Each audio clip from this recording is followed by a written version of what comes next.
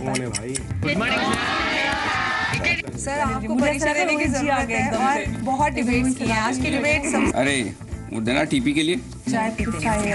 क्या भाई हम ही लोग खड़ेंगे खाली? फिलहाल तो हम ही लोग हैं, बाकी लोग शायद निकल गए वैसे उसको यार ये बड़ी ओबी से जोड़ेंगे। नहीं यहाँ पे पहले यहाँ पे एंकर रहेगा ना, पहले आई ना या पांच चाय पिलाओ वहाँ चाय यार, तुम यहाँ जगह कहाँ रखने की? ओके चलिए इस पे तो आपका नाश्ता भी आ जाएगा। नाश्ता करें शुरू। ओके चलिए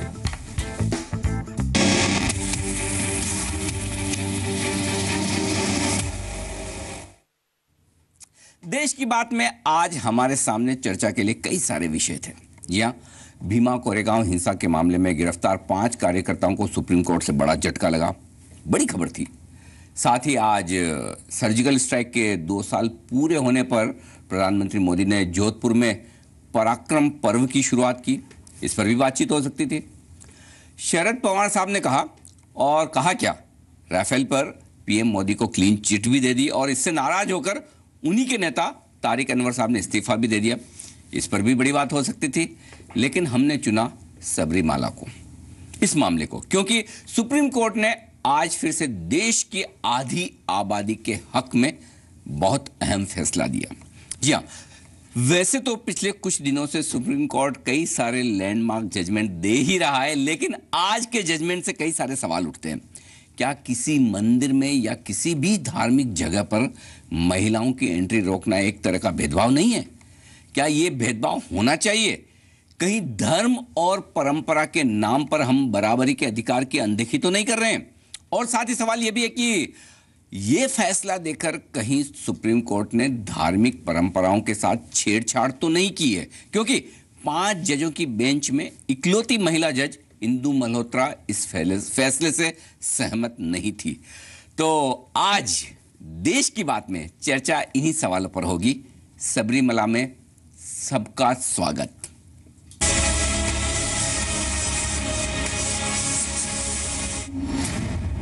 पहले समझें आज क्या हुआ। सुप्रीम कोर्ट ने महिलाओं के लिए एक और ऐतिहासिक फैसला सुनाया है। कोर्ट ने केरल के सबरीमाला मंदिर में महिलाओं को जाने का अधिकार दे दिया है। सुप्रीम कोर्ट की 5 जजों की बेंच ने 4-1 से फैसला महिलाओं के पक्ष में सुनाया। कोर्ट ने अपने फैसले में कहा है कि हमारी संस्कृति में महिलाओं की पूजा होती है। धर्म के नाम पर पुरुषवादी सोच ठीक नहीं है। संविधान के अनुच्छेद 26 के तहत प्रवेश पर बैन ठीक नहीं है। आस्था के नाम पर महिलाओं के साथ भेदभाव नहीं किया जा सकता। क्या था मामला? सबरीमाला मंदिर में 10 से 50 साल तक की महिलाओं की एंट्री पर पाबंदी थी। मान्यता है कि मंदिर के मुख्य देवता अयप्पा ब्रह्मचारी थे। मान्यता यह भी है कि महिलाओं के जाने से देवता का ध्यान भंग होगा। फैसले का क्या होगा असर? सुप्रीम कोर्ट का फैसला समाज के लिए नजीर है। इसे महिलाओं को बराबरी के हक से जोड़कर देखा जा रहा है। धर्म के नाम पर पुरुषवादी सोच पर लगाम लगेगी। बीजेपी हो या कांग्रेस, सभी पार्टियां सुप्रीम कोर्ट के ऐतिहासिक फैसले को आधी आबादी की जीत करार दे रही हैं। ये बहुत ही अच्छा फैसला हुआ है और बहुत पहले होना चाहिए था। कोई भी मंदिर केवल एक जात या एक वर्ग या एक सेक्स के लिए नहीं है। अगर मर्द जा सकते हैं तो महिलाएं भी जा सकते हैं। मैं सीजेआई को बधाई दे रही हूँ। मैं उनको हाथ उठा के नमस्ते कर रही हूँ, क्योंकि ये हमारा हक है। और किसने अधिकार दिया कुछ पुरुषों को कि हम अपने मजहब और अपने इसमें भी राजनीतिक तौर से हमें दबाते जाएंगे? हालांकि सबरीमाला सेवर संघ ने कोर्ट से आग्रह किया है कि धार्मिक मसलों को सिर्फ कानून की नजर से नहीं देखना चाहिए। मंदिर के रीति रिवाज संविधान बनने से पहले के हैं और उन्हें खारिज करना इस तरह से सारे धार्मिक नियमों पर असर डालेगा। We will peacefully register our sadness. I wouldn't even use the word protest, but we will definitely go ahead and register our sadness, because this is a very sad matter that happened, and we will go ahead with very strong means of expressing our sadness. Supreme court का आज का फैसला देश की आधी आबादी की जीत है, इसलिए ये है आज का बड़ा मुद्दा। इसी पर होगी देश की बात सबरीमाला में सबका स्वागत है। ब्यूरो रिपोर्ट, जी मीडिया। और आज इस मुद्दे पर बातचीत करने के लिए एक बेहतरीन पैनल है, हर तरह का, जहां पर महिला भी हैं, पुरुष भी, और हर एक धर्म से भी, और अलग अलग समाज से भी, ताकि आपको सब तरह का एक व्यू इस आज की बहस पर मिल सके। वक्ता और प्रवक्ताओं का पैनल आपको परिचय करवा दूं। सबसे पहले आचार्य विक्रमादित्य, हिंदू धर्मगुरु, हमारे साथ हैं इस वक्त हमारे स्टूडियो में। अध्यात्म और सनातन धर्म के वो जानकार हैं। टीवी डिबेट्स पे वो धार्मिक मुद्दे पर अपनी राय रखते हैं। स्वागत है आपका सर। आचार्य राखी हैं हमारे साथ, हिंदू धर्मगुरु, अध्यात्म और सनातन धर्म की जानकार है। टीवी डिबेट्स में वो भी धार्मिक मुद्दों पर अपनी राय रखती हैं। अंबर जेदी हैं हमारे साथ, महिला अधिकार कार्यकर्ता हैं, सामाजिक कार्यकर्ता भी हैं, और महिलाओं के अधिकारों से जुड़े हुए तमाम मुद्दों पर वो काम करती हैं। मौलाना साजिद रशीदी साहब हैं, अध्यक्ष ऑल इंडिया इमाम एसोसिएशन के, मुस्लिम मामलों के गहरे जानकार हैं, और मुस्लिम महिलाओं को शिक्षा के लिए काफ़ी कुछ काम वो करते हैं। मोनिका अरोरा जी हैं हमारे साथ, वरिष्ठ वकील है, सुप्रीम कोर्ट की, जनता के हितों से जुड़ी हुई कई सारी PIL वो दाखिल कर चुकी हैं, पहले भी की हैं, और 1993-94 में डूसू की वो अध्यक्ष रह चुकी हैं। पल्लवी शर्मा जी हैं हमारे साथ, मानव अधिकार कार्यकर्ता, पेशे से वो वकील हैं, मानव अधिकार से जुड़े हुए मुद्दों पर वो कामकाज करती हैं। कुछ और मेहमान हमारे साथ जुड़ने वाले, राहुल ईश्वर साहब हमारे साथ जुड़ेंगे, और साथ ही वो जुड़ भी चुके हैं एक्चुअली, और वो अध्यक्ष है अयप्पा सेना के, सबरीमला मंदिर के पुजारी दिवंगत कंडारू साहब महेश्वरू जी के पोते हैं, और अयप्पा धर्म सेना के अध्यक्ष भी हैं। राहुल जी का भी स्वागत है। और तृप्ति प्रशांत देसाई, सामाजिक कार्यकर्ता, वो हमसे हमारे साथ थोड़ी देर में आगे कार्यक्रम में शामिल होगी। आइए चर्चा की शुरुआत करें। उससे पहले एक्चुअली आमतौर पर मुझे लगता है आप सबके साथ पहली बार ही शो करने का काम पड़ रहा है मेरा, तो मैं थोड़ा सा आपको शो के फॉर्मेट के बारे में बता दूं कि इस शो का किस तरह का स्ट्रक्चर है। पहले मैं आपसे 3 सवाल पूछूंगा आप सबसे, और उसे हम कहते हैं रैपिड फायर राउंड, और उन 3 सवालों के जवाब आपको हाँ या ना में देने।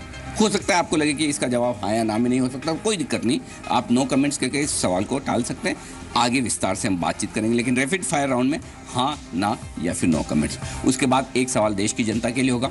कार्यक्रम के अंत में हम आज की बहस का सॉल्यूशन ढूंढने की कोशिश करेंगे कि सॉल्यूशन क्या है, और अंत में 2 अवार्ड हमारे सारे पैनलिस्ट के लिए होते हैं हर रोज। जी हाँ, मैन ऑफ द मैच और डायलॉग ऑफ द डे, वो आप ही में से किन्हीं लोग, आप में से कुछ लोगों के लिए ज़रूर होंगे।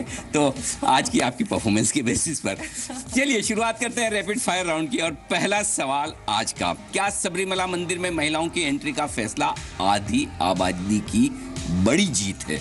सवाल एक बार फिर से दोहरा दूं आपके सामने, क्या सबरीमला मंदिर में महिलाओं की एंट्री का फैसला आधी आबादी यानी कि महिलाओं के लिए एक बड़ी जीत है? इस सवाल का जवाब देना है। विक्रमादित्य जी, हाँ या ना? नहीं, बिल्कुल नहीं जी। राखी जी? बिल्कुल हाँ। हाँ है, ओके। अंबर जैदी जी? बिल्कुल, बहुत बड़ी हाँ है। हाँ है। रशीदी साहब? नहीं है जी। मोनिका जी? जीत है हाँ। जीत है हाँ है, ओके। पल्लवी जी? अनडाउटेडली हाँ, बहुत बड़ी जीत है। चलिए, हाँ भी है ना भी है, इस बात पर चर्चा करने में बड़ा आनंद आएगा। राहुल जी, आपका जवाब? ये आर्टिकल 25 का डायल्यूशन और फेलियर है। इंदु मल्होत्रा जी सही था, 2 फीमेल जज सही था। तो ये इसका मतलब आपका जवाब नाम है, ठीक बात है। चलिए आइए दूसरा सवाल आपके सामने रखूं। क्या सुप्रीम कोर्ट के फैसले से महिलाओं के प्रति भेदभाव में कमी आएगी? सिंपल, क्या महिलाओं के साथ भेदभाव कम होगा इस फैसले के बाद? इसका जवाब है विक्रमादित्य जी। देखिए, हमारी संस्कृति में कहीं भी किसी के साथ भी कोई भेदभाव है ही नहीं। नहीं, इस फैसले से कुछ फर्क पड़ेगा? नहीं, इस फैसले से कोई फर्क नहीं पड़ने वाला। फर्क नहीं पड़ेगा, ठीक बात है। राखी जी? हाँ, फर्क पड़ेगा। अंबर जी? जी बिल्कुल फर्क पड़ने वाला है। फर्क पड़ेगा। रशीदी साहब? नहीं पड़ेगा। नहीं पड़ेगा, ठीक बात है। मोनिका जी?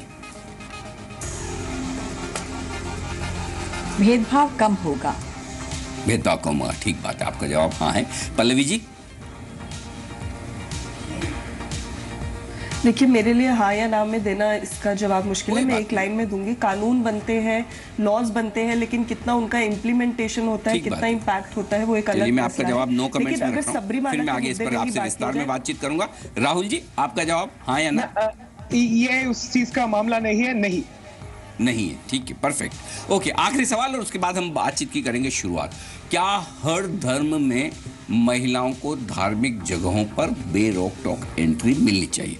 हर धर्म में, ये किसी भी धर्म, एक धर्म की बात नहीं हो रही कि ये हिंदू धर्म हो या मुस्लिम धर्म हो, सारे धर्म सारी जगह क्या उतने ही अधिकार महिलाओं को होने चाहिए जितने पुरुषों को है? ये है तीसरा और आखिरी सवाल। विक्रमादित्य जी। बिल्कुल होने चाहिए साहब, बिल्कुल बराबर समानता होनी चाहिए। समानता होती है, समानता है, होनी चाहिए। ठीक बात है। राखी जी? हाँ है आपका जवाब जी। ओके। अंबर जी? बिल्कुल, गॉड इज अबव पैट्रियार्की, तो बिल्कुल होना चाहिए। ओके। राशिद जी सर? बिल्कुल भेदभाव होना चाहिए। चलिए ठीक बात है। ओके। मोनिका जी? जी मिलनी चाहिए, लिंग के आधार पर भेदभाव नहीं होना चाहिए। नहीं होना चाहिए। पल्लवी जी?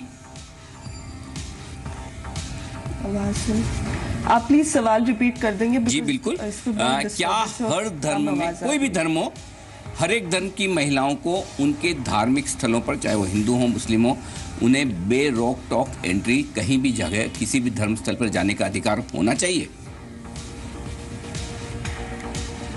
बिल्कुल, बेशक, बिल्कुल हाँ है। राहुल जी? राहुल जी आपका जवाब? जेंडर इक्वालिटी होना चाहिए, उसके साथ जेंडर यूनिकनेस और डाइवर्सिटी का भी सोच होना चाहिए। ठीक बात है। तो मैं फिलहाल आपका जवाब नो कमेंट्स में रख रहा हूँ और उसके बाद आपसे विस्तार से बातचीत करूंगा। चलिए आगे बढ़ते हैं और अब आज का कड़क सवाल, और ये कड़क सवाल आप सबके लिए नहीं है, ये देश की जनता के लिए, और उसका जवाब आपको देना है। क्या किसी धर्म की परंपराएं समानता के अधिकार से ऊपर है? आज के जजमेंट से एक बड़ा सवाल ये खड़ा होता है, इस पर हम देश का मूड जानना चाहते हैं कि क्या किसी भी धर्म की अपनी अपनी परंपराएं हैं, अपनी अपनी मान्यता है, लेकिन साथ ही संविधान भी है जो समानता का अधिकार देता है। तो ऊपर क्या है, धर्म की मान्यताएं और परंपराएं या फिर संविधान से मिला हुआ समानता का अधिकार? इस सवाल का जवाब आपको दो तरीके से देना है। हमारे फेसबुक पेज पर जाएं, जी बिजनेस ऑनलाइन, वहां पर आप वोट कर सकते हैं, और दूसरा हमारे ट्विटर हैंडल पर @ZeeBusiness, वहां पर आप वोट कर सकते हैं। आइए करते हैं चर्चा की शुरुआत, और शुरुआत करता हूं दिलावर फिगार साहब के एक शेर के साथ, और जो उन्होंने कहा है कि औरत को चाहिए कि अदालत का रुख करे, औरत को चाहिए कि अदालत का रुख करे जब आदमी को सिर्फ खुदा का ख्याल हो। तो कहीं न कहीं असमानता थी जिसकी वजह से अदालत में जाना पड़ा, और अदालत का आज ये बड़ा फैसला आया। लेकिन राहुल ईश्वर साहब, शुरुआत आपके साथ करना चाहता हूं। ऐसा लग रहा है कि आप इस फैसले से खुश नहीं, और शायद सबरीमला मंदिर का जो मामला है उससे ज्यादा उसको इतनी नजदीकी से आपके अलावा कोई जानता भी नहीं। क्या वजह है कि आप इस फैसले से खुश नहीं लग रहे हैं? मैं एक इंटरवीनर भी हूँ इस केस में। हम इस केस के लिए क्यूरेटिव एक रिव्यू पिटीशन के हिसाब से अक्टूबर 1 वीक जा रहा है, और अक्टूबर 15 को एक peaceful jallikattu model prayer protest भी है शबरीमला में, और उसके साथ हमारे मुसलमान भाई और क्रिश्चियन भाई, ईसाई भाइयों को भी लेकर आर्टिकल 25 को डैल्यू करने के खिलाफ हम एक जॉइंट फ्रंट खड़ा कर देना चाहते हो। ये एक आर्टिकल 25 का मामला है, हर एक श्राइन का मामला है, ये DT कॉन्सेप्ट का मामला है, ये जेंडर इक्वालिटी का मामला नहीं है। शबरीमला में कई 4 लाख से 5 लाख वनिता हर वर्ष वो आते हैं, और सिर्फ एक एज रेगुलेशन है शबरीमला में, there is no gender discrimination. इसी तरह एक लेडी शबरीमला में भी है, जहां पुरुष को, जहां मेल लोगों को उसका कोई रेगुलेशन है। इसीलिए हम यही प्रार्थना करता है कि सुप्रीम कोर्ट इसका रिव्यू पिटीशन ले और जल्लीकट्टू के समान एक सेंसिटिव बैलेंस वर्डिक्ट दे, जो आर्टिकल 25 को भी इंपॉर्टेंस दे और आर्टिकल 15 को भी। ठीक है जी। राखी जी, क्या वाकई में रिव्यू पिटीशन की इस मामले पर फिर से विचार करने की, देखने की जरूरत है? बिल्कुल भी जरूरत नहीं है, और अगर ऐसा होता है तो फिर से महिलाओं का अपमान होता है। जो भी राहुल जी ने कहा, मैं उससे पूरी तरह से सहमत बिल्कुल भी नहीं हूँ। आप ये जो साउथ इंडियन मंदिर है, ये जो साउथ इंडियन बात है, वहां पे दो तरह का जो है ना मुझे दिखता है दोहरापन इनके अंदर। जब इनकी बेटी सियानी होती है, बड़ी होती है, मानसिक धर्म में आने लगती है, तो एक बहुत बड़ा फंक्शन करते हैं, लोगों को बुलाते हैं, उसे तोहफे देते हैं कि हमारी बेटी सियानी हो गई। और एक ही तरफ अगर वो बेटी पीरियड्स में होती है तो वो मंदिर नहीं जा सकती है 10 साल से 50 साल तक की उम्र में। मुझे मेरे भगवान से दूर करने का अधिकार किसी को भी नहीं है, वो भी सिर्फ एक सेक्स के आधार पर। और इसलिए क्योंकि कि मैं महिला हूं, आप ये समझे कि तन कभी भी मंदिर में नहीं जाता। हमारा भगवान से मन का मिलन होता है, आत्मा का मिलन होता है। मेरी आत्मा मंदिर में जाती है। आप शरीर तो बहुत छोटी चीज है, गीता में श्री कृष्ण भगवान ने कहा है कि शरीर तो छोड़ना है, आत्मा दूसरे शरीर में चली जाएगी, तो आत्मा तो इसमें एक ही सवाल है अंबर जी, जिसका जवाब आपको देना है। जी। जब शरीर नहीं, आत्मा ही जा रही है, तो फिर शरीर नहीं गया तो फर्क क्या पड़ा? देखिए सवाल यहाँ पे ये है, अभी राहुल ईश्वर जी आर्टिकल 25 का हवाला बार बार दे रहे हैं। हमेशा आर्टिकल 25 का गलत हवाला बहुत सारी डिबेट्स में अक्सर लोग देते आते हैं। आर्टिकल 25 को हमें यहाँ समझने की जरूरत है। आर्टिकल 25 हमें हमारा धर्म फॉलो करने की इजाजत देता है जब तक हम किसी के भी मौलिक अधिकारों का उल्लंघन ना करें। आप मंदिर में महिलाओं को लिंग के आधार पर किसी को भी एक धार्मिक स्थल पर जाने के लिए रोकने उसके मौलिक अधिकारों का उल्लंघन है। हम डेमोक्रेसी में रहते हैं और हमें इक्वल राइट टू वर्शिप है। हमें हमारा संविधान इजाजत देता है कि हमें कितनी पूजा करनी है, कहां पूजा करनी है, और हमें कोई भी किसी भी धार्मिक स्थल पर जाने से नहीं रोक सकता, चाहे वो मंदिर हो, मस्जिद हो, दरगाह हो, चर्च हो या गुरुद्वारा हो। डेमोक्रेसी में अगर महिलाओं के साथ इस तरीके का दोहरा व्यवहार होगा तो कहीं ना कहीं हमें अपने आप को डेमोक्रेसी बोलना भी नहीं चाहिए। सवाल उठ जाता है डेमोक्रेसी पर ही। परफेक्ट। रशीदी साहब, अंबर जी तो अब मस्जिद में भी जाना चाहती है, आप अलाउ करेंगे? देखिए, सवाल ये है कि मस्जिद में जाना और मस्जिद में जाकर इबादत करना, जी, ये दो अलग अलग बातें हैं। ओके। मोहम्मद साहब के ज़माने में औरतें मस्जिदों में जाया करती थी। ओके। चूँकि वो अमन का ज़माना था, बड़ा सुकून का ज़माना था, और इस तरह की वाहियात बातें जो आज, मैं कोर्ट पर तो बहुत बाद में जाऊंगा, जिस तरह की बातें आज देखने और सुनने को मिल रही हैं उस वक्त में नहीं थी। ठीक बात। औरतें जाती थी, लेकिन हालात बदलते गए। खलीफा दोम हज़रत उमर के ज़माने में जब हालात कुछ बिगड़ने लगे, समाज में थोड़ा बिगाड़ पैदा होने लगा जी, तो हालात के तकाजे को देखते हुए औरत को रात में मस्जिद में जाने से मना।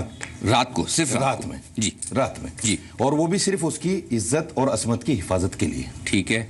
ऐसे नहीं कि मस्जिद में जाना औरत का नाजायज है या गुनाह है। ओके। सिर्फ इसलिए कि उसकी इज्जत और असमत पर कोई आंच ना आए, और वो भी खाली रात के लिए। आप रात के लिए। हजरत उमर ने अपनी बीवी से मना किया, तो चूंकि आप सल्लल्लाहु के ज़माने में, मोहम्मद साहब के ज़माने में जाती थी औरतें, ठीक है, तो आपकी बीवी ने कहा नहीं मैं तो जाऊंगी, चूंकि आपके ज़माने में जाते थे। तो हजरत उमर ने उनको रोकने के लिए एक तरीका अपनाया जी, रात में छिपकर कहीं बैठ गए और अपनी बीवी को जानबूझकर कुछ बातें जो छेड़छाड़ की होती हैं वो की, जिससे उनकी बीवी खुद ब खुद रुक गई। अच्छा, उन्हें लगा कि ना जाऊं तो बेहतर है। ना जाऊं तो बेहतर है। Okay okay. सवाल देखिए, सवाल दो हैं। एक सवाल तो ये है कि मुझे इबादत करना है, मेरी भी इबादत सही हो और जो मस्जिद में मौजूद है उनकी भी इबादत सही हो। ठीक है। दोनों चीजें बहुत महत्व रखती हैं। ठीक है। ऐसा नहीं है कि मैं तो गया, मेरी तो इबादत हो गई, लेकिन जो सामने वाला बैठा है वहां उसकी इबादत में खलल हो गया, तो मेरा जाना ना जाना बेकार है।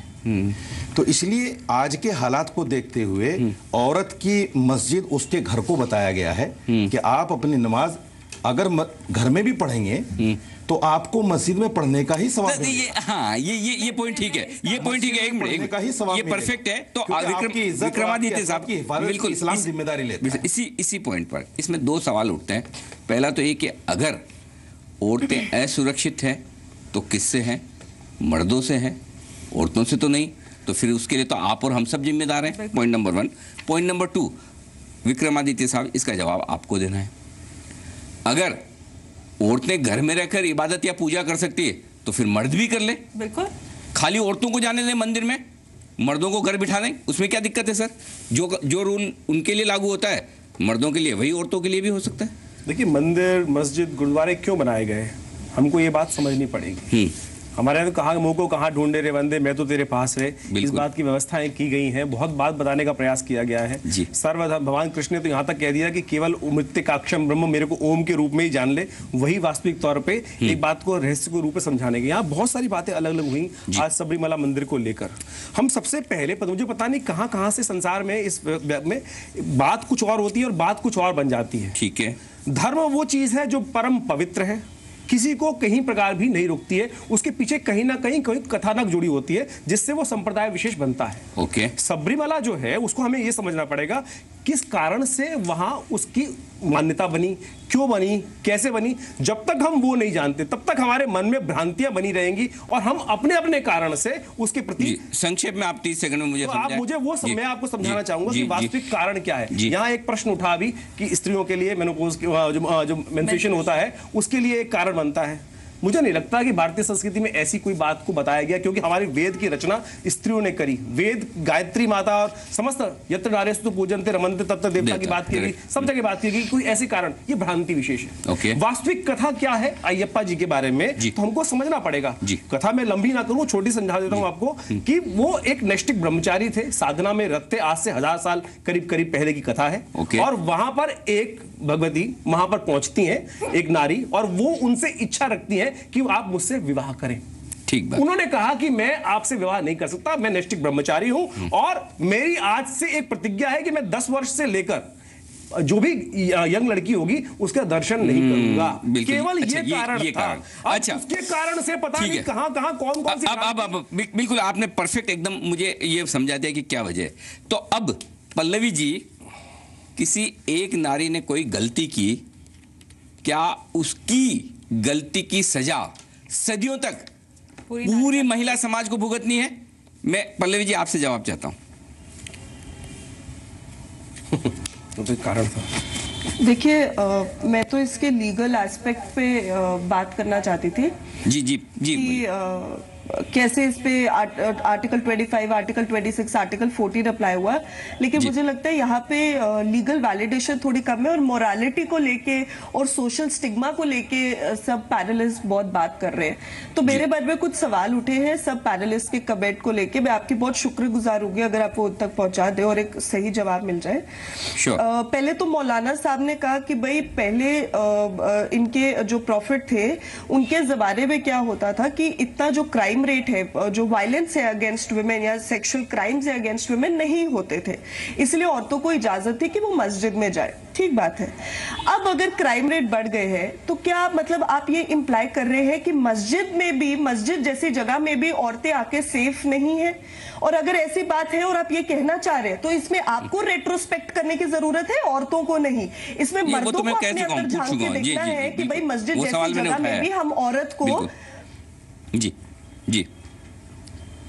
जी मैंने सुना नहीं था। खैर, दूसरी बात मेरी ये है कि अगर आदमी अभी किसी ने कहा कि कि मुझे कहाँ ढूंढता है, मतलब मैं तो आपके अंदर ही हूँ, तो मस्जिद मंदिर जाने की जरूरत नहीं है। तो ये आप आदमियों पे लागू कर दीजिए, आदमियों को बोले घर बैठे और औरतें जाके मंदिर मस्जिद में आराम से जा सकती है फिर अगर ढूंढने की जरूरत है। बिल्कुल प्लीज मुझे खत्म करने दीजिए, मेरे बहुत छोटे पॉइंट है, मेरा लास्ट पॉइंट है। मैंने किसी को इंटरप्ट नहीं किया था। जी हाँ बोलिए पल्लवी जी, बोलिए। ये गलत बात है ना, मैंने किसी को इंटरप्ट नहीं किया था। आप बोलिए आराम से। तीसरी बात इन्होंने कही, क्योंकि थैंक यू। तीसरी बात इन्होंने कही कि जो डाइटी अयप्पा जी है वो एक ब्रह्मचारी है, ठीक है, इसलिए औरतें जो है उनके पास नहीं जा सकती। जी आप मुझे बताइए, ये आप औरतों पे सवाल नहीं कर रहे हैं, विद ड्यू रिस्पेक्ट ये आप अपनी डाइटी पे सवाल कर रहे हैं कि अगर औरतें उनके पास जाएगी, आपको क्या लगता है औरतें कोई सिडक्ट्रेस या सिडक्शन का इतना बड़ा टूल है कि वो पास में जाएंगी तो ब्रह्मचारी जी का जो अयप्पा जी का ब्रह्मचारी वो है वो टूट जाएगा औरतों को देख के ही? आपको अपने भगवान पे भी भरोसा नहीं है? बताइए, आप मुझे जवाब दीजिए। आपके सवालों के जवाब लेता हूं। मेंस्ट्रुएशन रीजन नहीं है, ठीक है, हमने मान लिया मेंस्ट्रुएशन रीजन नहीं है, लेकिन ब्रह्मचारी होना तो वजह है, ये आपने ही कहा।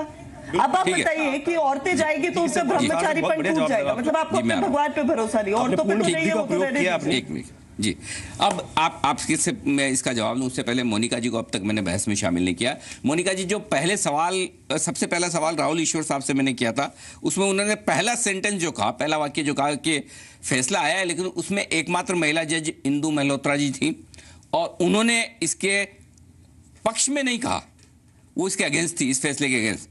तो क्या एकमात्र महिला जज जो इतना बड़ा फैसला आया उसके पक्ष में नहीं है, तो क्या ये इस फैसले को कमजोर नहीं करता? मैं नहीं मानती, और मैं एक बात कहना चाहूंगी कि जो फैसला आया है, इस फैसले ने कहा है कि 10 से 50 वर्ष के बीच की जो महिलाएं हैं वो सबरीमला मंदिर में पूजा अर्चना कर सकती हैं, उनको रोका नहीं जा सकता। ऐसा जो 4 जजेस ने माना और कहा कि महावारी है, अशुद्ध है, इसलिए वो नहीं जा सकती, ये इनके लिए अपमानजनक है, इनकी राइट टू डिग्निटी का वायलेशन है, इनके राइट टू इक्वालिटी का, फ्रीडम का और life to live with dignity and not just animal existence, उसका वायलेशन है, यह झूठों जैसा व्यवहार है। मेरा मानना है जो एक डोमिनेंट नरेटिव है और जिस प्रकार हमारी सुप्रीम कोर्ट लगातार एक के बाद एक मैसेज दे रही है सोसाइटी को, वो मैसेज बड़ा है। वो मैसेज दे रही है कि कहीं भी महिला के साथ भेदभाव होता है, किसी भी रिलीजन में होता है, किसी प्रथा में होता है, शबरीमला से लेकर हाजी अली दरगाह तक, ट्रिपल तलाक से लेकर 4 शादियों से लेकर हलाला तक, कहीं भी कोई भी भेदभाव करता है, उसकी जेंडर इक्वालिटी के साथ डिस्क्रिमिनेट करता है, हम उसको निरस्त करने वाले हैं। मुझे लगता है बहुत ही सैल्यूटरी जजमेंट है। जहां तक इंदु मल्होत्रा जी ने अपनी डाइसेंटिंग जजमेंट दी, जो आपने मुझसे पूछा, उसमें उन्होंने कहा कि एक परंपरा है कि डेटी है वो ब्रह्मचारी है, वहां महिलाएं नहीं जा सकती, ये एसेंशियल पार्ट है रिलीजन का। लेकिन मैं एक और बात कहना चाहूंगी, 4 जजेस ने इसको निरस्त किया है, इस आर्ग्यूमेंट को। एक आखिरी बात, हिंदू धर्म में जो महिला है उसको देवी शक्ति माना जाता है।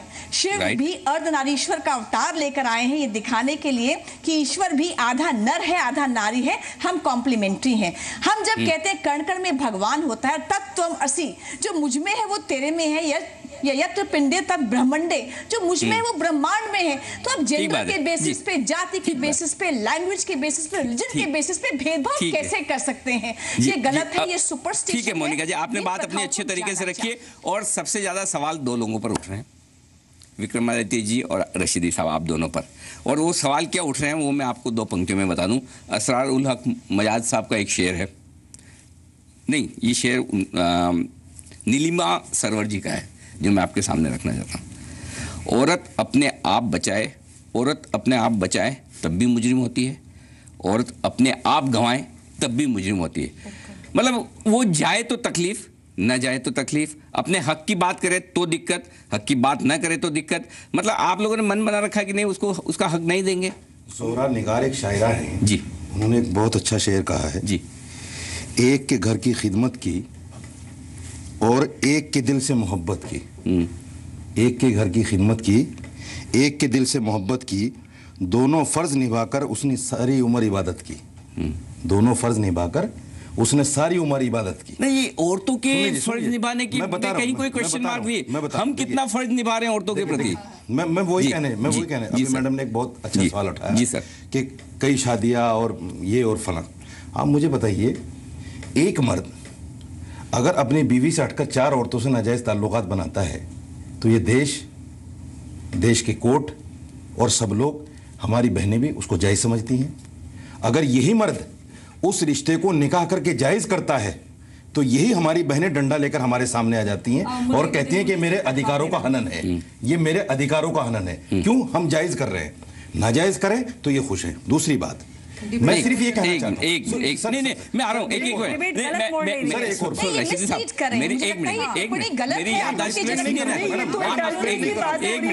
मेरी याददाश्त कम है, मैं भूल जाऊंगा, मेरी याददाश्त कम है इसलिए मैं वही का, एक मिनट, मेरी याददाश्त कम है इसलिए मैं सवाल यही पूछ लूं, मैं भूल जाऊंगा।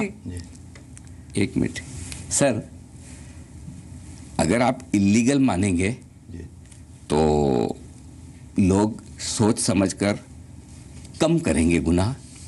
आप कहेंगे कि 4 शादियां करना लीगल है, ठीक है कोई दिक्कत नहीं, तो लोग आराम से खुलकर करेंगे। तो फिर ये तो वैसी वाली बात हो गई कि अल्टीमेटली आपको दबाना तो औरतों को ही है। नहीं बिल्कुल नहीं। देखिए, औरत हमेशा सर का ताज रही है और आगे भी रहेगी। लेकिन उनको बोलने एक एक करके बोलेंगे। औरत जब माँ के रूप में हमारे सामने आती है तो हम उसको कहते हैं कि उसके कदमों के नीचे जन्नत है। जब वही औरत बीवी के रूप में आती है तो हम ये कहते हैं कि सबसे पहला मदरसा माँ की गोद में है, यानी उस बीवी की गोद में है जो मेरे बच्चों की माँ है।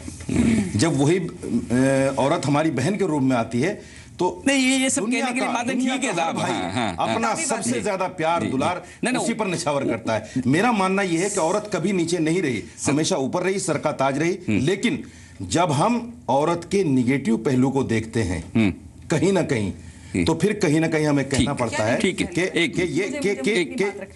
इंसान को जब इंसान अपनी मर्यादा से दूर निकलता है, चाहे वो मर्द हो या औरत हो, तो कहीं ना कहीं। अच्छा एक मिनट, बहुत सारे सवाल हैं। हमारे बीच तृप्ति प्रशांत देसाई जी भी कार्यक्रम में शामिल हो चुकी है, जानी मानी सामाजिक कार्यकर्ता हैं और शनि शिंगणापुर में मंदिर प्रवेश के लिए उन्होंने काफ़ी बड़ा आंदोलन किया, सफल भी हैं। भूमाता ब्रिगेड की वो संस्थापक हैं। देखिए एक बात सही है, और वो ये है कि तनवीर सिप्रा जी ने 2 पंक्तियां जो लिखी ना वो एकदम परफेक्ट है। औरत को समझता था जो मर्दों का खिलौना, औरत को समझता था जो मर्दों का खिलौना, उस शख्स को दामाद भी वैसा ही मिला है। तो फिर अगर जैसी हमारी सोच होगी वैसा हमारे साथ होगा। देखिए कानून कुछ भी कर ले तृप्ति जी, लेकिन प्रॉब्लम यह है कि कानून बनने के बावजूद समाज मानने को तैयार नहीं है। आप तो इतने आंदोलन करती हैं, कानून से तो बात बन जाएगी, लेकिन लोगों की मानसिकता बदलने के लिए आप क्या आंदोलन कर सकती है वो मुझे बताएं।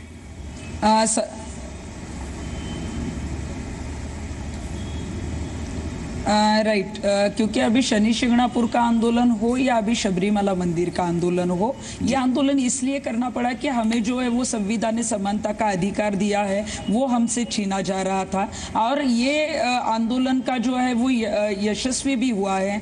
हाई कोर्ट, सुप्रीम कोर्ट ने निर्णय दिए हैं, मंदिर में प्रवेश शुरू है। लेकिन आप जैसे कह रहे हैं कि मानसिकता जो है वो समाज की अभी तक बदली नहीं है, उसको बदलाव लाने के लिए जो है वो ये कोर्ट के जो वर्डिक्ट्स आ रहे हैं, या ये जो हमारी नई सोच है, जो 21वीं सदी की सोच है, मतलब 400 साल की परंपरा, 500 साल की परंपरा, महिलाओं का आंदोलन जो धर्म से जोड़ा जाता है, महिलाओं का आंदोलन जो है वो मतलब बदनाम करने के लिए, महिलाओं को दुय्यम स्थान देने के लिए, महिलाओं को अपवित्र ठहराने के लिए कुछ ना कुछ जो मतलब स्ट्रिक्टली मतलब मेंस्ट्रुएशन पीरियड का कारण आगे किया जाता है, या फिर महिलाएं वहां पे गई तो अंधश्रद्धा मतलब कुछ ना कुछ महिलाओं को होगा क्योंकि अयप्पा स्वामी ब्रह्मचारी है, हनुमान जी ब्रह्मचारी, ऐसे कारण दिए जाते हैं। तो सबसे पहले तो समाज की सोच बदलनी चाहिए, और ये माइंडसेट बदलने के लिए इस आंदोलन के बाद तो हमारा तो आंदोलन जारी रहेगा, लेकिन ज्यादा से ज्यादा हमें ग्रामीण भाग में या शहरी भाग में जहाँ पे विरोध ज्यादा है वहां पे जन जागृति करना जरूरी है। और ये जब माइंडसेट चेंज होगा तो हमें लगता है कि कोर्ट के पास भी जाने की जरूरत नहीं है। ये जो आंदोलन है वो जनता के यहाँ से ही आंदोलन यशस्वी हो सकता है। बिल्कुल। राहुल ईश्वर साहब एक मिनट मैं आ रहा हूँ, एक मिनट।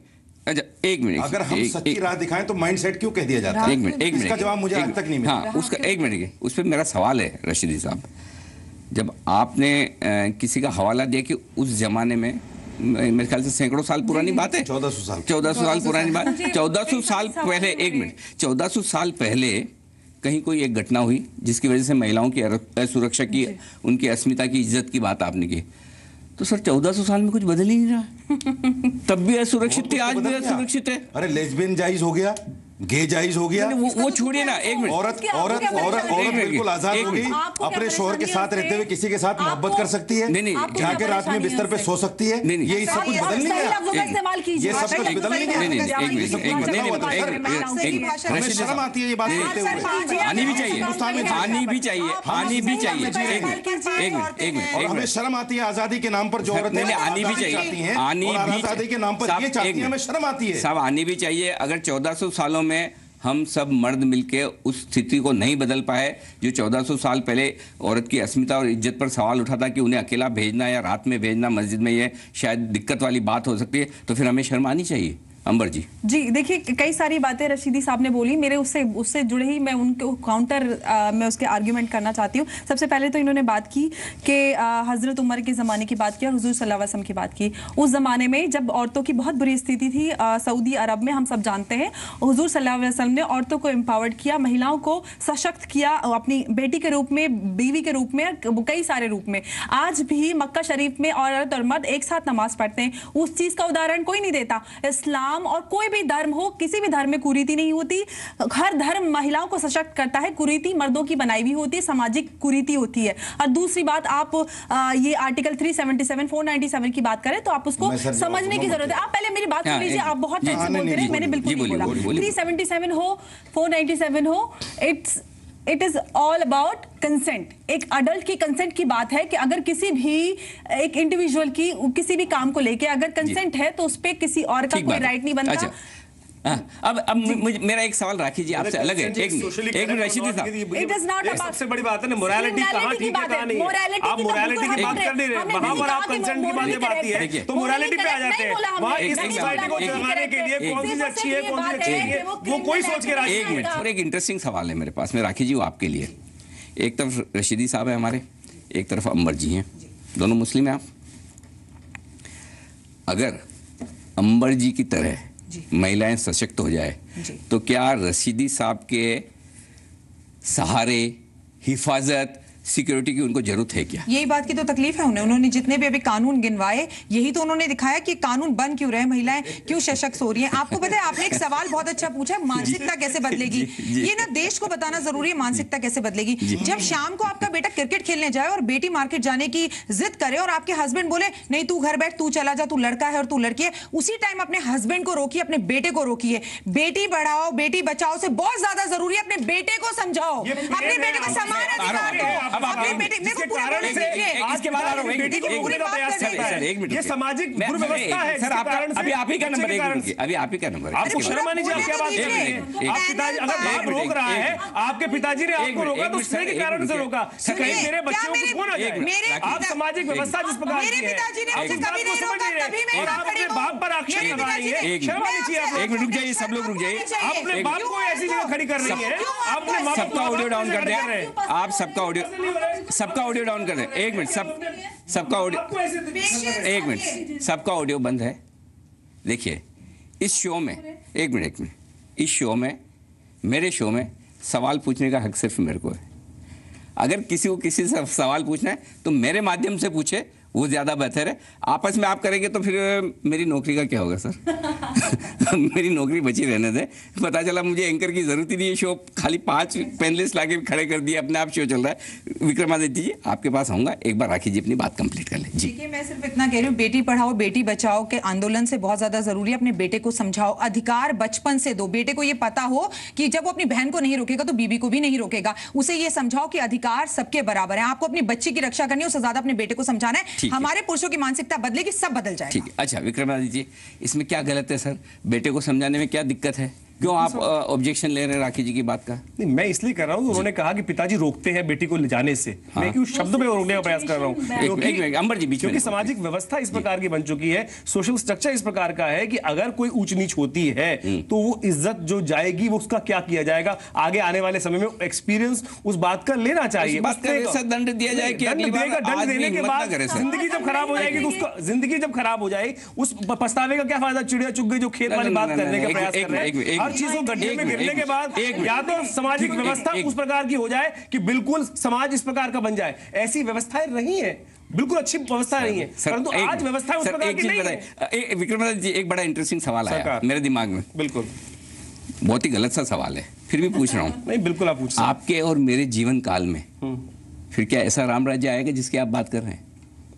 मेरे को लगता नहीं साहब, नहीं ना, जिसमें को लगता नहीं आएगा ना, उसके बच्चे नहीं आएगा। तो मोनिका जी, इस पर सवाल आपसे है, क्या पर्याप्त कानून नहीं है हिंदुस्तान में? मोनिका जी आपसे सवाल है मेरा कि क्या हिंदुस्तान में पर्याप्त कानून नहीं कि 125 करोड़ हिंदुस्तानी में से कोई 5-10 लाख लोग ऐसे हों जो महिलाओं के प्रति दुर्व्यवहार कर ले, गलत काम कर ले, करा ले, उसकी वजह से पूरा देश और पूरे देश की महिलाएं भुगते? क्या ऐसे कानून हमारे पास नहीं कि उनको कड़ी सजा दे सके हम?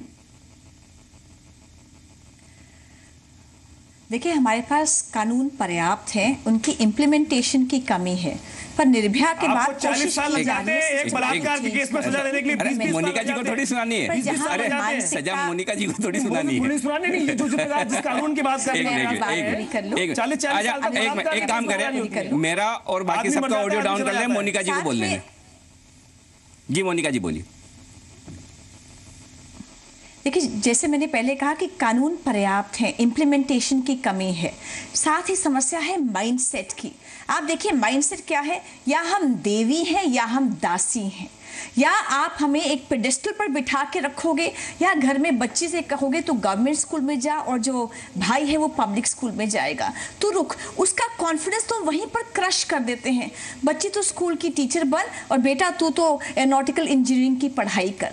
मुझे लगता है कि जो समाज को भी परिवर्तन लाना पड़ेगा, ना हम देवी हैं ना हम दासी हैं, हमें आप इक्वल समान अवसर दीजिए, हम खिलकर बाहर निकल जाएंगे। और जब महिलाएं बाहर आएंगी तो एक माइंडसेट भी चेंज होगा। जब इतनी महिलाएं हर जगह पर दिखेंगी तो ध्यान में आएगा ये काम कर सकती हैं, पुरुषों से अच्छा काम कर सकती हैं। पर साथ ही मैं एक बात और कहूंगी, जो कुरीतियां हैं उसमें और रिलीजन की एसेंशियल प्रैक्टिसेस में अंतर करना चाहिए। मेरे पास एक क्लाइंट आई जो एयर हॉस्टेस थी, नाम था उसका तस्नीम अहमदी। वो आई और उसने मुझे क्या कहा, कहते मैं कमाती हूँ, मैं तो अपने पति को भी पाल सकती हूँ, हम लिव इन रिलेशनशिप में रहते थे। आज पति 1 साल के बाद जब शादी हुई है, शादी के 3 महीने बाद कहता है मैं एक और लड़की से निकाह करना चाहता हूँ। मैं मना करती हूँ तो कहता है मुझे तलाक दे देगा। कहते जब वो तलाक देगा उसकी आंखों में आंखें डालकर मैं बोलूंगी कि तलाक तो दे रहे हो कहर के साथ, तलाक तो दे रहे हो कहर के साथ, मुझे मेरा शबाब भी लौटा दो इस मेहर के साथ। उसकी आंखों में वो दर्द था। आज पैसा है उसके पास, आज एक सोशल स्टेटस है उसके पास, पर इनसिक्योरिटी है। क्यों? क्योंकि ऐसी कुरीतियां समाज में है जिसको हम जस्टिफाई करते हैं। ये कुरीतियां हैं, ये एसेंशियल नहीं है एक रिलीजन के। इसमें अंतर करना होगा हमें। ठीक बात है। अच्छा तृप्ति जी, आपके पास आ रहा हूं। देखिए एक बात सही है, इसमें कोई किसी को शक नहीं है और शायद कोई भी ये नहीं मानेगा कि महिलाओं को समानता का अधिकार नहीं मिलना चाहिए। मिलना चाहिए, बिल्कुल मिलना चाहिए। लेकिन कहीं कहीं ऐसा है ना, कुदरत ने, प्रकृति ने, ऊपर वाले ने भी महिलाओं और पुरुषों को इस तरह से बनाया कि एक दूसरे को कॉम्प्लीमेंट करें, एक दूसरे के दुश्मन ना बने। अब हो क्या रहा है, कुछ गलत परंपराओं की वजह से और इस तरह की टीवी डिबेट्स जो मैं भी कर रहा हूं, इनकी वजह से हम एक दूसरे के दुश्मन हो रहे हैं। हमें लगता है महिलाएं हमारी दुश्मन है, महिलाओं को लगता है पुरुष हमारे दुश्मन है। तो क्या कोई ऐसा शांति से, प्यार मोहब्बत से एक दूसरे को कॉम्प्लीमेंट करने वाला काम हम नहीं कर सकते?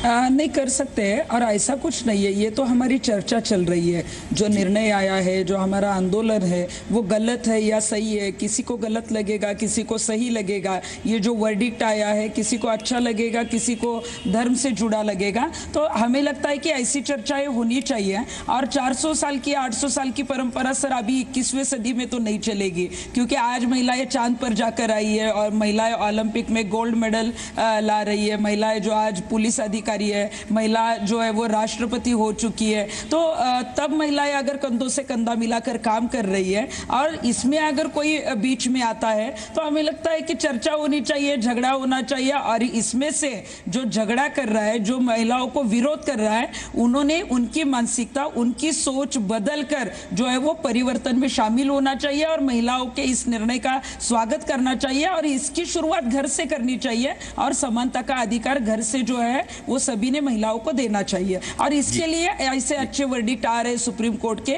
जो महिलाओं को सम्मान देने के लिए आ रहे हैं। क्योंकि अभी तक जो है वो महिलाएं काम कर रही है, लेकिन महिलाओं को दुय्यम स्थान देना, महिलाओं को अपवित्र ठहराना, महिलाएं जो है वो हमारे पीछे ही है। ये जो एक पितृसत्ताक पद्धति थी वो कहीं ना कहीं नष्ट होनी चाहिए। इसलिए ये जो है वो सुप्रीम कोर्ट का भी प्रयास है और इसका जो है वो स्वागत मुझे लगता है थोड़े दिन के बाद जो विरोधक जो हमें विरोध कर रहे हैं उनमें भी परिवर्तन होगा, क्योंकि उनके घर में भी माँ है, बेटी है, बहन है, तो उनको अधिकार देने के लिए वो आगे आएंगे और हमें जो है वो सपोर्ट करेंगे। ठीक है, परफेक्ट। आगे सवाल लूं मैं, उससे पहले एक बार बता दूं कि देश की जनता इस मुद्दे पर क्या सोच रही है। और देश की जनता के लिए आज का कड़क सवाल यह था कि क्या किसी भी धर्म की परंपराएं, उस धर्म की मान्यताएं समानता के अधिकार से ऊपर है? यानी कि जो धर्म चला रहा है, जो लोग सोच रहे हैं, जो मान रहे हैं, वो बड़ा है या संविधान के द्वारा दिया गया समानता का अधिकार? और आपको आश्चर्य होगा, जो नतीजा है वो ये है कि 37% लोग ये मान रहे हैं, 35% लोग ये मान रहे हैं कि जे नहीं, परंपराएं समानता के अधिकार से ऊपर नहीं है। और जाहिर सी बात है कि ऐसा तो है नहीं कि 65% महिलाएं हैं हिंदुस्तान में, तो काफ़ी पुरुष भी ऐसे होंगे जिन्होंने इसके पक्ष में कहा है कि नहीं, समानता का अधिकार ज़्यादा ज़रूरी है। मैं ये तो नहीं कहता ये पूरे देश की राय है। जितने लोगों ने इस पोल में हिस्सा लिया उनकी मैं बात आपको बता रहा हूँ। मैं ऐसा बिल्कुल दावा नहीं करता कि पूरा देश ऐसा सोचता है, लेकिन हाँ, काफ़ी लोग ऐसे हैं जो इस बारे में सोचते हैं, मानते हैं। रशीदी साहब, घर से शुरुआत, आपके घर में दिल पे हाथ रख के कहिए, मैं बेटा और बेटियों को बराबर अधिकार है। शायर मुशीक अल्लामा इकबाल का एक शेर सुना देता हूँ। जी फरमाएं। मुझे अंदाज़ा हुआ है आपकी डिबेट से कि आप बड़े दिलचस्प हैं और शेर को सुनना भी पसंद करते हैं और पढ़ना भी पसंद करते हैं। क्योंकि रोज है ना, इतने शेरों के साथ शो करना पड़ता है। आप अपने आप में शेर है सर। एक शेर आपकी नजर कर रहा हूं। जिस इल्म की तासीर से जन होती है नाजन। मेरी उर्दू माफ कीजिएगा, थोड़ी कमजोर है तो आप समझाइएगा भी। जन कहते हैं औरत को जी। तासीर का मतलब असर जी। जिस इल्म की तासीर से जन होती है नाजन, कहते हैं उसी इल्म को अरबाब नजर मौत। अब इसका मतलब समझाएं सर। इसका मतलब ये है जी कि कोई भी ऐसा इल्म, कोई भी ऐसी सोसाइटी जिससे इंसान अपनी कदरों को भूल जाए, अपनी सभ्यता, अपने कल्चर को भूल जाए जी, वो तालीम, वो सोसाइटी हमारे लिए मौत के बराबर है। परफेक्ट है। राखी जी, ये सवाल तो उठता है, सुन लीजिए, ये बात भी सही है। मैं थोड़ा सा आगे कह दूं। अब उस सवाल का जवाब जो आपने कहा, हाँ जी, कि भाई क्या आप अपने घर में समानता रखते हैं? जी, ये सच्चाई है। मैं बिल्कुल बेलाग लपट के, मेरे यहाँ, मेरे घर में मेरे 6 बच्चे हैं, 2 बेटी हैं, 4 बेटे हैं। ठीक है। मेरे घर में जो भी आता है मेरी बेटियों की वजह से आता है, बेटों की वजह से नहीं आता। समानता है, ये भी है। ये अल्लाह जानता है, ये अल्लाह जानता है। मजाक कर रहा हूं। ये सच्चाई बात है। जी, आप सुनिए बात। हमारा कहना सिर्फ ये है, देखिए ठीक है, जो संविधान देश में बना है उसकी हमें कदर करनी चाहिए जी, लेकिन संविधान से पहले, संविधान तो बने हुए कुछ ही वक्त हुआ है, बिल्कुल, उससे पहले हिंदुस्तान बहुत बड़ा था और उस वक्त भी धर्म था, हिंदू धर्म भी था, सिख धर्म भी था, ईसाई धर्म भी था, इस्लाम धर्म भी था। मेरा मानना यह है कि क्या हम उस धर्म को, जो धर्म हमें जिंदगी जीने का तरीका बताता है और सिखाता है, उस धर्म को बिल्कुल दरकिनार कर दें और उसकी तमाम मान्यताओं को दरगुजर करके, दरकिनार करके सिर्फ और सिर्फ मैं क्या चाहता हूं, मेरी क्या सोच है, मेरी आजादी किसमें है। एक छोटी सी, अगर आप मुझे इजाजत दें, एक छोटा सा किस्सा है, जल्दी से बताएं। बकरियों के रेवड़ को किसी ने कैद कर दिया जी। भेड़िए ने सोचा ये तो कैद हो गई, अब तो खुराक तो चली गई, तो भेड़िया उसके पास चुपके से आया और कहा, अरे पागलो, तुम्हें आजाद कर दूं, कैद करके डाल दिया, तुम्हारी तो आजादी यहां से निकलने में है, तुम हरे भरे जंगल में जाओगी, अच्छा खाओगी, अच्छे हिसाब से करोगी। तो बकरियों ने उसकी बात को समझे बगैर कि ये तुम्हें खाने के लिए बाहर निकल रहा है। बकरियां भेड़ से कम नहीं निकल गई है, उंगली जिस तरह से उठ रही है, वो निकल गई और भेड़िए ने उनको लुकमा बना लिया। जिस आजादी को औरत आज आजादी समझ रही है, ये सच है, वो आजादी नहीं है, वो औरत के लिए मौत है। समझे औरत ना समझे। ठीक है, 1 मिनट राखी जी, ये बात भी सही है। देखिए, आजादी का फायदा औरतें भी जरूरत से ज्यादा उठाती है, एग्री, और इसी वजह से रशीदी साहब या विक्रमादित्य साहब को बोलने का मौका मिलता है। बिल्कुल। तो उसका सॉल्यूशन क्या? फिर ये तो वैसा ही मामला है ना, खुली छूट दे दो तो उधर भी दिक्कत, खुली छूट दो तो इधर भी दिक्कत। अनिल जी, हम यहाँ पर ये डिबेट 5 महिलाएं जो पैनल पे बैठी हैं इसलिए नहीं कर रहे। हमें आजादी चाहिए, हमें आजादी नहीं चाहिए। हम चाहते हैं पुरुष और महिला समान हो। और अगर आप ये कहते हैं कि परंपराओं को वक्त के हिसाब से नहीं बदलना चाहिए, तो 2018 में अगर किसी का पुरुष मर जाए तो क्या वो सती हो जाए? सती परंपरा भी तो इस देश से खत्म हुई है ना। हम सिर्फ ये कह रहे हैं जो गलत परंपरा है, अगर मेरे को मासिक धर्म होता है तो मेरी माँ ने मुझे बचपन से सिखाया मुझे मंदिर जाना है नहीं जाना है, ये मेरी चॉइस है, ये मेरी खुद की ईगो है कि मेरी खुद की सोच समझ है, मुझे जाना है या नहीं जाना, या अचार को छूना है नहीं छूना, ये मुझे आजादी दे दीजिए ना, मैं खुद देख लूंगी कि मुझे मंदिर में जाना है या नहीं। हम सिर्फ कुरीतियां, ऐसी पुरानी बातें जो खराब थी, सती प्रथा, उन्हें खत्म करने को कह रहे हैं। हम तो कह रहे हैं पुरुष बहुत अच्छे थे, हैं, आपके बिना हम अधूरे, लेकिन आप भी मानिए कि आप हमारे बिना अधूरे हैं। विक्रमादित्य जी, बात तो सही कह रही राखी जी, कह रही कि जो कुरीतियां हैं उन्हें ही हटाना है, जो अच्छी चीजें हैं वो भी तैयार। कुरीति आई कहां से, पहले तो ये समझना पड़ेगा। कुरीति किसका जन्म है? धर्म की जननी तो हो नहीं सकती। धर्म की बात करते हैं आप और हम की, कुरीति इस बात को मान ले कि धर्म किसी भी तरीके में, कोई भी धार्मिक धर्म ऐसा नहीं हो सकता कोई कुरीति। ये केवल सोशली ऐसी चीजें उठ के आई। अब इन्होंने एक शब्द उठा दिया, आप डिबेट में हैं, आप कम से कम अपने इतिहास को पढ़ें। सती प्रथा क्यों आई इस भारत देश के अंदर? हम सती को कभी नहीं लाए। हमारे यहाँ अगर आप आदिकाल में पढ़े, सामाजिक सुरक्षा के कारण से जो हमारे ऊपर इन्वेजन्स हुए, स्त्रियों को उठा के ले जाया, हम सुरक्षा नहीं कर पा रहे थे। अगर आप पद्मावती को उठा के देखें, आपने अभी फिल्म देखी तो पद्मावती के अंदर सेल्फ, अब एक मिनट, एक सवाल, उसके कारण से आप इस बात को, अपने समाज को गालियां न दें, अपने धर्म को गालियां न दें। एकदम सही बात की विक्रमादित्य साहब, आपने एकदम सही बात की और परफेक्ट बात की। आज जो सबरीमला वाला मामला है वो यही है कि अगर मंदिर में जाएंगी तो जो भी अयप्पा जी जो भी थे उनके ब्रह्मचर्य का खतरा है, या सर वो व्यवस्था है, मेरी बात सुने, या रशीदी साहब ने कहा कि 1400 साल पहले स्त्रियां सुरक्षित नहीं थी, लेकिन आज हर जगह सीसीटीवी कैमरा है, हर जगह सिक्योरिटी है, फोर्सेज है इस देश में। और पहली बात तो 40,000 सुनिए ना, 40 लाख से ऊपर केस पेंडिंग है साहब, 40 लाख से ऊपर पेंडिंग केस है। अगर कानून व्यवस्था उनके लिए ठीक कर देना तो अपने आप देश में सामाजिकता फैल जाएगी। वो जो काम हो रहे हैं वो नहीं होने, जो होने चाहिए वो नहीं हो रहे हैं। सुनिए तो सही।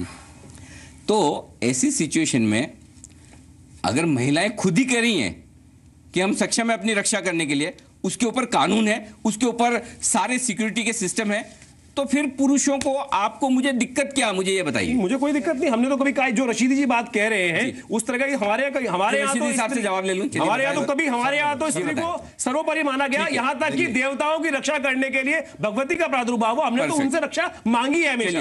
रशीदी साहब ये कह रही है, सबकी सब महिलाएं जितनी है पैनल पे, सब कह रही है हमारी रक्षा हम खुद कर लेंगे, आपकी जरूरत नहीं। नहीं, हम तो इनकी रक्षा करने के लिए पैदा थोड़े हुए हैं। और आप चाहें तो इन पे आक्रमण भी करके देख लें। बताइए, क्या आप चाहें तो दो हाथ नहीं, क्या आप औरतों की रक्षा पैदा करने के लिए पैदा हुए हैं? आप मुझे बताइए जी। हम औरतों की, सिर्फ औरतों की रक्षा पैदा करने के लिए नहीं हुए हैं जी। हम औरतों को उन तमाम बातों से बचाने के लिए भी पैदा हुए हैं जिन बातों को औरतें समझ नहीं पाती कभी कभी। ठीक बात। हम अपने बच्चे को आग से इसलिए बचाते हैं, हम अपने बच्चे को आग से इसलिए बचाते हैं कहीं वो फूल समझकर उसको मुंह में ना रख ले और उसकी जबान न जल जाए। ठीक है, परफेक्ट। अच्छा पल्लवी जी के पास बहुत देर से मैं नहीं जा पाया। पल्लवी जी, औरतों को कौन बचाएगा, हम जैसे मर्द या देश का कानून, ये बताइए आप। अल्टीमेटली मर्द, अल्टीमेटली मर्द, क्योंकि 5 में से 4 जज जो मर्द थे उन्होंने औरतों के पक्ष में फैसला दिया। बिल्कुल सही रशीदी साहब, आपने एकदम सही कहा, क्योंकि 5 में से 4 जज जो मर्द थे उन्होंने इस कानून की फैसला किया। अल्टीमेटली मर्द, अल्टीमेटली मर्द, अल्टीमेटली मर्द, अल्टीमेटली मर्द। मेरा मकसद वो फैसला नहीं था, मेरा मकसद वो फैसला नहीं था। मैं भी जान रहा हूँ, मैं भी समझ रहा हूँ। पल्लवी जी, आपकी राय। जी देखिए, यही सोच गलत है, इसी सोच में बदलाव चाहिए। और सुप्रीम कोर्ट ने सबरीमाला को ऑर्डर देते यही कहा कि ये जो आदमी की सोच है ना, मेल डोमिनेशन की, कि पेट्रियार्कल सोसाइटी बनी रहे, मेल डोमिनेट करता रहे हर एस्पेक्ट में, कमांड करता रहे विमेन को, यही गलत है। अब ये यहाँ पे मौलाना साहब बैठे, खत्म करते करते इन्होंने कह दिया नहीं, हमें सिर्फ औरत की रक्षा नहीं करनी, हमें इन्हें बचाना भी है। भाई आप क्यों हमें बचाएंगे? हम खुद अपनी रक्षा नहीं कर सकते, हम खुद सक्षम नहीं है। आपको किस बेस पे लगता है कि औरत सक्षम नहीं है अपने फैसले लेने के लिए, अपना काम करने के लिए, अपनी सुरक्षा खुद करने के लिए? किस, आप अपने आधार तो बताइए, किस आधार पे आप इस नतीजे पे पहुंचते कि औरत एक कमजोर वो है? दूसरी बात मैं कहना चाहूंगी, मुझे एक बात बहुत ऑफेंसिव लगी आपके शो पे अभी, कि किसी ने कहा भाई औरत को आजादी मिलती है तो वो उसका गलत इस्तेमाल भी करती है। तो मैं पूछना चाहती हूँ कि कब और किस आजादी का औरत ने गलत इस्तेमाल किया? और क्या ये ये जब आप कहते हैं कि औरत को आजादी मिलती है तो गलत, तो देखिए मेरे हिसाब से एक कंपैरिजन एक जानवर के साथ है। भाई जानवर को अगर खुला छोड़ दो तो उसका खतरा भी है, लेकिन बांध के रखो तो भी प्रॉब्लम है। वो बात सही है आपकी, मुझे ये बात बहुत ऑफेंसिव लगी। मैं सिर्फ अपना ऑफेंस बहुत रिस्पेक्टफुली रजिस्टर कर रही हूँ आपके सामने। वो तो सही है। देखिए, औरतों में मर्दों में ज्यादातर लोग अच्छे हैं, ज्यादातर लोग अच्छे हैं औरतों में भी, और ज्यादातर लोग अच्छे हैं मर्दों में भी। कुछ खराब है जिनकी वजह से औरतों का भी नाम खराब होता है। नहीं, क्या औरतों की नहीं अच्छे बुरे, तो मर्द की आजादी रोकने की तो बात नहीं आप करते। आप कभी नहीं कहते कि मर्द अपने जज्बात पे काबू पाए, मर्द अपनी नजर थोड़ी नीचे रखे। वो तो कभी नहीं मैंने सुना आपके मुंह से। उल्टा आप कह रहे हैं कि औरत की आजादी वो होनी चाहिए। एक मिनट पहले, क्या कोई भी मर्द किसी औरत की इच्छा के बगैर उसके साथ दुर्व्यवहार कर सकता है? क्यों नहीं होता? ये कैसी बात नहीं होते? कैसी बातें कर रहे हैं? क्यों नहीं करते? जवाब दीजिए, भड़क क्यों? जवाब दीजिए। 1000 केस आपको रेप नाम की चीज नहीं सुनी आपने? आप उनको भी बोलेंगे, आप उनको भी कंसेंशुअल बोलेंगे। एक मेरी बात सुनिए। एक आध केस में ऐसा होता है कि कुछ दरिंदों ने मिलकर ये ठीक है, ये ठीक है। एक मिनट, दुर्व्यवहार में मैं उस चीज को भी मानता हूं कि औरत की मर्जी के खिलाफ उसको कुछ गलत बात की जाए, बाकी चीजें तो बहुत दूर की बात है। नहीं नहीं, एक मिनट, और अगर दुर्व्यवहार नहीं होते, अगर दुर्व्यवहार होने नहीं, गलत बात है, ये गलत बात है, ये गलत बात है। लेकिन जब उसकी मर्जी के खिलाफ कोई बात होती है उसको रेप बना देती है। मैं नहीं मानता। एक मिनट,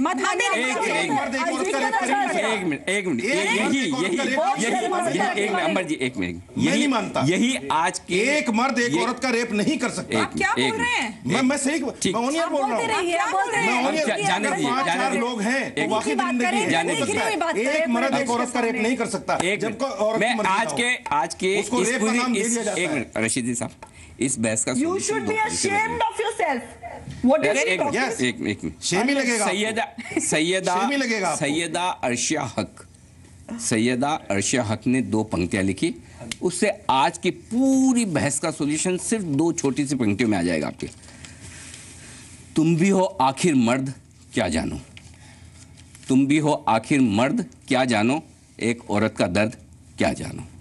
जब तक मर्द औरत का दर्द नहीं समझेगा, कानून कितने ही बन जाएं, फैसले कितने ही हो जाएं, शायद लागू भी हो जाएं, जिस पर सवाल या निशान है, लेकिन बात तब तक नहीं बदलेगी, लोग तब तक नहीं बदलेंगे, समाज और देश तब तक नहीं बदलेगा जब आप और हम अंदर से नहीं बदलेंगे। और यही सॉल्यूशन है, न कानून सॉल्यूशन है, न मान्यताएं सॉल्यूशन है, सॉल्यूशन हमारी सोच है। सोच बदलेगी तो सब कुछ बदलेगा, जरूरत उस बात की। चलिए, आज का डायलॉग ऑफ द डे और मैन ऑफ द मैच का अवार्ड। और आज का शो तो डायलॉग से बहुत भरा हुआ था और भावनाएं भी बहुत सारी थी, लेकिन उसमें से हमने 3 चुने। आइए सबसे पहले सुनिए वो 3 डायलॉग अंबर जेदी, साजिद रशीदी साहब और आचार्य राखी जी का। हम डेमोक्रेसी में रहते हैं और हमें इक्वल राइट टू वर्शिप है। हमें हमारा संविधान इजाजत देता है कि हमें कितनी पूजा करनी है, कहाँ पूजा करनी है, और हमें कोई भी किसी भी धार्मिक स्थल पर जाने से नहीं रोक सकता, चाहे वो मंदिर हो, मस्जिद हो, दरगाह हो, चर्च हो या गुरुद्वारा हो। एक के घर की खिदमत की, एक के दिल से मोहब्बत की, दोनों फर्ज निभाकर उसने सारी उम्र इबादत की। दोनों फर्ज निभाकर उसने सारी उम्र इबादत की। नहीं, औरतों के फर्ज निभाने की कहीं कोई क्वेश्चन मार्क नहीं, हम कितना फर्ज निभा रहे हैं औरतों के प्रति।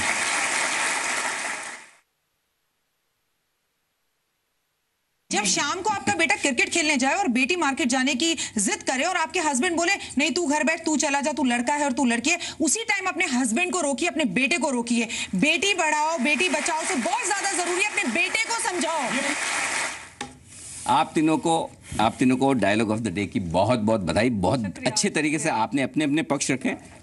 विचार आपके सहमत होना वो एक अलग बात हो सकती है। और आज की मैन ऑफ द मैच कोई भी नहीं है। मैन ऑफ द मैच कोई भी नहीं है।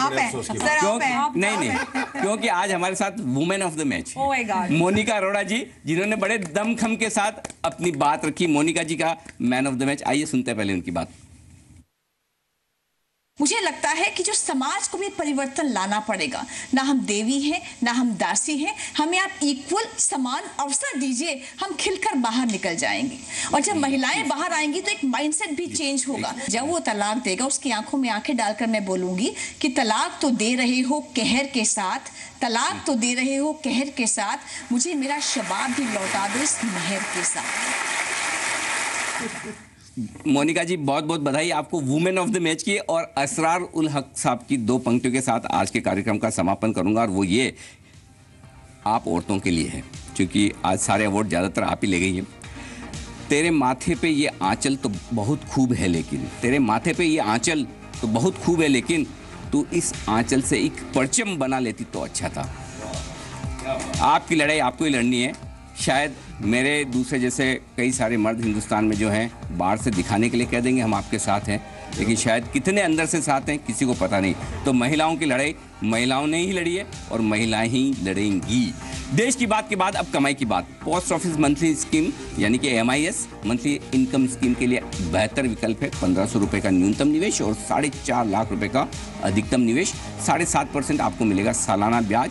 ब्याज की आय होगी टैक्सेबल। तो जी बिजनेस चैनल है, कमाई की बात हर रोज सुबह 8 बजे से हमारे साथ देखिए और देश की बात रात 8 बजे से। और हर रोज की तरह जब हम समापन करते हैं इस कार्यक्रम का देश की बात का, तो एक सलाम, एक सैल्यूट हमेशा हम देते हैं, लेकिन आज सैल्यूट 2 हैं। पहला, आज देश की उन तमाम महिलाओं के लिए जो वाकई में अपने अपने लिहाज से, अपने अपने तरीके से अपने घर की, समाज की और देश के लिए काफ़ी कुछ अपने त्याग के साथ, बलिदान के साथ बहुत कुछ कर रही हैं। उसको हमें नहीं भूलना चाहिए। तो एक सैल्यूट तो देश की महिलाओं के लिए और दूसरा सैल्यूट हर रोज की तरह देश के उन तमाम सैनिकों के लिए जो सरहद पर खड़े होकर दिन रात 24 घंटे आपकी हमारी रक्षा में जुटे हुए हैं ताकि हम चैन की नींद सो सकें। जय हिंद, शुभ रात्रि, नमस्कार।